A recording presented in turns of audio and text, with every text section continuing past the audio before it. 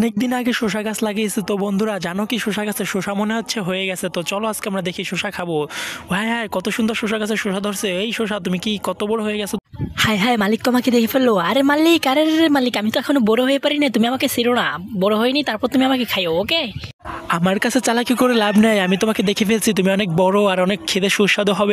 আরে না রে মালিক, আমি তো এখন অনেক ছোট, আমি বড় হইনি, তারপর তুমি আমাকে খেও। হাই হাই মালিক, ছিড়ো না আমাকে প্লিজ। আমি তোকেই খাবো, তোকে আমার খুব পছন্দ হয়েছে, তোর বড় হওয়ার দরকার নাই। মালিক তুমি আমাকে ছিড়ো না, আমার খুব কষ্ট হইতাছে, তুমি আমাকে ছিড়ো না। বুঝছি মালিক, তুমি আমাকে ছিঁড়েই ফেলবে। তুই তো জানিস তোকে আমি ছিড়বো, তাহলে তুই এত কথা বলতেছিস কেন? আমি তোকে ছিঁড়ে ফেললাম। আরে মালিক, তুমি তো আমাকে সত্যিই ছিঁড়ে নিলে। হ্যাঁ সত্যি তোকে ছিঁড়ে নিছি, এখন আমার খাওয়ার পালা, এখন তোকে ভালো করে চুবিয়ে তারপর আমি খাবো। না মালিক, আজকের আবহাওয়াটা একদমই ভালো না, তুমি আমাকে আজকে চুবাইও না, অনেক শীত লাগবে আমার। শীত লাগলে আমি কি করবো? তোকে তো ওষুধ দিয়ে বানানো হয়, যদি তোকে না ধুয়ে খাই তাহলে তো আমার অসুখ হবে, তাই না? তুমি ঠিকই বলছো মালিক, আসলে মানুষরা কিন্তু এরকমের ফলে ওষুধ দেয়। তোমরা অবশ্য বন্ধুরা, তোমরা যারা ফল খাবা তারা অবশ্য ফলটাকে ভালো করে ধুয়ে খাবা। আর মালিকের নতুন চ্যানেল, অবশ্যই তোমরা চ্যানেলটি সাবস্ক্রাইব করবা। আর মালিক নতুন নতুন অনেক সুন্দর সুন্দর করে ভিডিও বানায়।